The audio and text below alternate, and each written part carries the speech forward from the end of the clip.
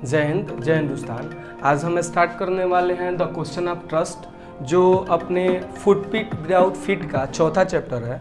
और इसमें जो ट्रस्ट होता है, जो विश्वास होता है, उसका प्रश्न क्या हो सकता है। जैसे जो क्वेश्चन आप जो उठाते हैं, जैसे किसी प्रश्न पे उठाना, चाहे किसी भी पे, तो वैसे हम ट्रस्ट पे कौन सा प्रश्न उठा सकते हैं।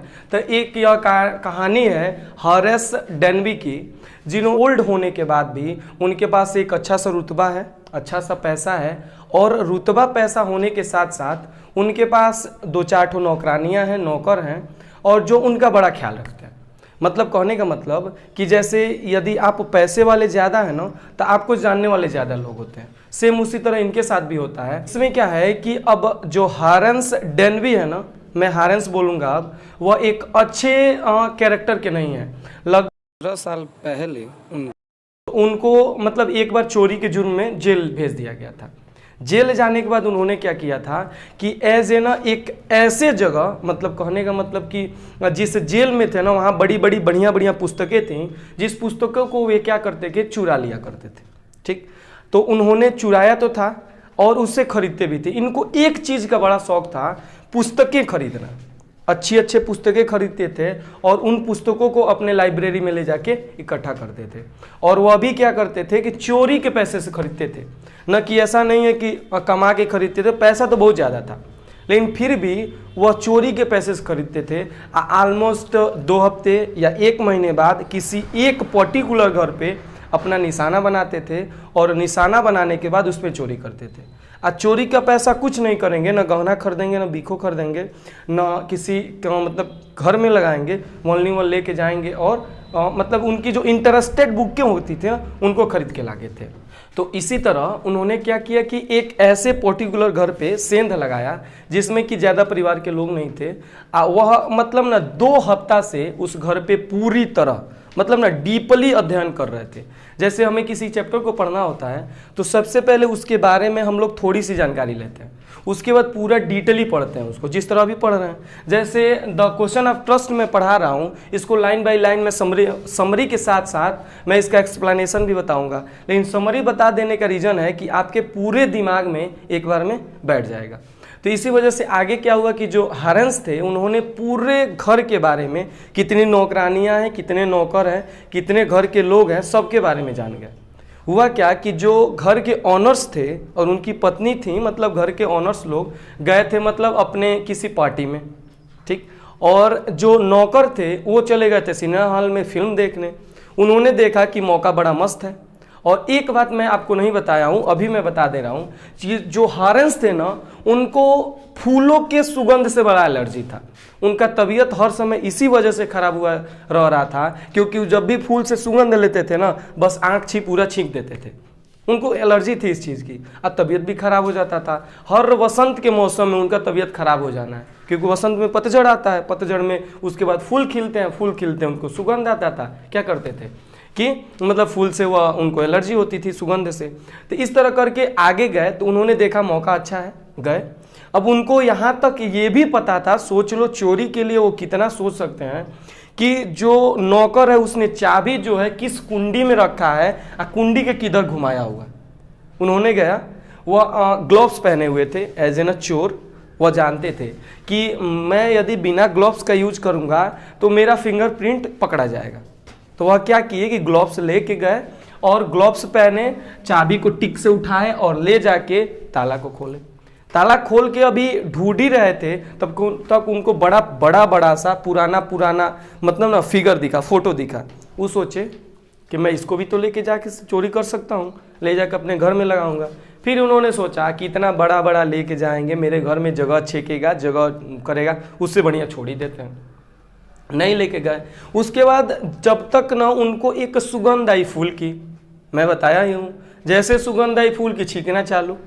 जैसे छींके एक उधर से आवाज़ आई कि ठंडा है या कोई दिक्कत है।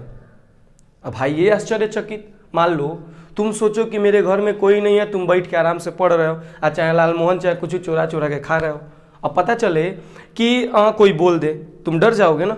तब ऐसे ही हॉरेस के साथ हुआ। हॉरेस क्या किए कि डर गए। तो भाई उधर से एक एज एन बड़ी स्लिम, बड़ी पतली सी, बड़ी ब्यूटीफुल सी एक गर्ल आई। और गर्ल जैसे एंट्री की तो उसने कहा कि क्या मैं आपके लिए कॉफ़ी बना दूं कि चाय बना दूं। तो भाई पहले तो तुम चोर हो, ऊपर से कोई तुमको ऑफर कर रहा है।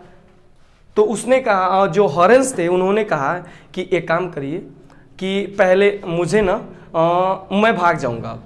तो उन्होंने कहा आप भागोगे उसके पहले मैं पुलिस को कॉल कर दूंगी। तो उसने कहा आपका क्या पता है मैं बेवकूफ़ हूँ क्या, मैं पूरे वायर का टेलीफोन का वायर काट के जाऊँगा। तो उसने कहा वायर काटोगे तब तक मैं तो बुला ही दूंगी। तो हुआ क्या कि उसने कहा, हॉरेंस ने कहा कि क्या करोगे कि तुम मुझे नहीं बताओगी। तो उन्होंने कहा एज एन मैं मिस्ट्रेस उनकी वाइफ हूँ और मैंने गहना ना मुझे एक पार्टी में पहन के जानी थी, इसी की वजह से मैंने उसे जो बॉक्स है मतलब जिसमें रखते हैं उसमें मैं छिपा रख दी थी। और किंतु जैसे उसने बोला तो ये समझे कि हाँ, तो हॉरेंस समझ गए कि ये उसका ना पासवर्ड भूल चुकी है। जैसे डिजिटल पासवर्ड है, जैसे मोबाइल में पैटर्न लगते हैं ना, तो हम जैसे लोग क्या करते हैं पीछे खड़ा होके देख लेते हैं क्या 1 2 3 टिक टिक दाब दिए ना, तो इस तरह करके देखते हैं कहाँ धूल लगा है कहाँ धूल नहीं लगा, टिक टिक करके दाब दिए, ऐसा होता है ना। तो सेम ऐसे ही हम लोगों ने, तो उन्होंने क्या किया कि कहा, तो उसने कहा कि यदि मैं आपका पासवर्ड खोल दूँ तब, उन्होंने कहा तो मैं आपको जाने दूंगी, मैं बताऊंगी भी नहीं। ठीक, तो इस तरह करके उन दोनों के बीच में मतलब कंप्रोमाइज हो गया। तो अब वो उसको मिस्ट्रेस समझ रहा था, मतलब उनकी वाइफ समझ रहा था। अब एज ए वाइफ उसने उनके लिए क्या किया कि अब उनके लिए चाय बना रही हूँ, चाहे बैठी हूँ, जो भी हो, लगभग 1 घंटा लगा उस पासवर्ड को खोलने में। 1 घंटा में खोल दिया। अब वो क्या की थी, उसने बताया हुआ था हॉरेंस को कि मुझे पार्टी में जानी थी तो मैंने इसको बैंक में न जमा करके मैं इसी में रखी, पार्टी में पहन के जाऊंगी, और तब तक मैं पासवर्ड भूल गई। तो इसके बाद वो क्या किए कि खोल दिए। और देखो, जब तुमको पता है कि मैं चोरी नहीं कर रहा हूं तो निश्चिंत रहते हो, बात सही है ना। तो निश्चिंत रहने के साथ उन्होंने ग्लव्स जो था अपना उतार दिया था, ग्लव्स उतार के और ले जाके पूरी तरह बढ़िया से खोल के अपने घर चले आए। ऑलमोस्ट विथिन कुछ दिन बाद पुलिस आई उनके घर फिंगरप्रिंट के माध्यम से, क्योंकि उन्होंने क्या किया था, हाथ से ही नहीं खोला था। मान लो मैं यहाँ क्लिक करूँ तो ये फिंगरप्रिंट मेरा यहाँ चिपक जाएगा, अब कोई स्कैन करे तो आ जाएगा। तो उन्होंने उसको पकड़ लिया। अब देखो ये बात क्या है कि ये बताओ, यदि वो मिस्ट्रेस थी, उनका गहना उसके अंदर चला गया तो वो क्यों जाती पुलिस को बुलाने। तो वो मिस्ट्रेस नहीं थी, वो अभी एक चोर ही थी, हॉरेंस भी एक चोरी थे। दोनों चोर जब एक साथ मिले तो वो भी क्या की थी कि एक अच्छा मौका देख के चोरी करने आई थी, आई भी अच्छा मौका देख के चोरी करने गए थे। अब उसने इन्हीं से चोरी करा के लेके चल दिया। तो यही है दोनों के चोर के बीच की trust, the question of trust, मतलब जो विश्वास है वो दोनों के बीच में कैसा है, समझे। तो यही है क्वेश्चन ऑफ ट्रस्ट। इसके बाद क्या हुआ, उनको मतलब उन्होंने पूरी घटना बताई, फिर भी कोई विश्वास नहीं कर रहा था, क्योंकि भाई कैसे कोई विश्वास करेगा, गहना चोरी हुआ है, फिंगरप्रिंट आपका है। वो पूरी घटना बताई कि ऐसे हुआ ऐसे हुआ ऐसे हुआ, एक लड़की आई, ये की वो की, फिर भी उनको क्या किया गया, नहीं छोड़ा गया, उनको मतलब पकड़ लिया गया। क्योंकि जो मैडम थी वो 60 ईयर ओल्ड लेडी थी और यह एक न्यू ब्यूटीफुल गर्ल को बता रहा था, और इसीलिए उसके बाद पे कोई विश्वास नहीं किया और तब जाके उसको जेल में बंद कर दिया गया।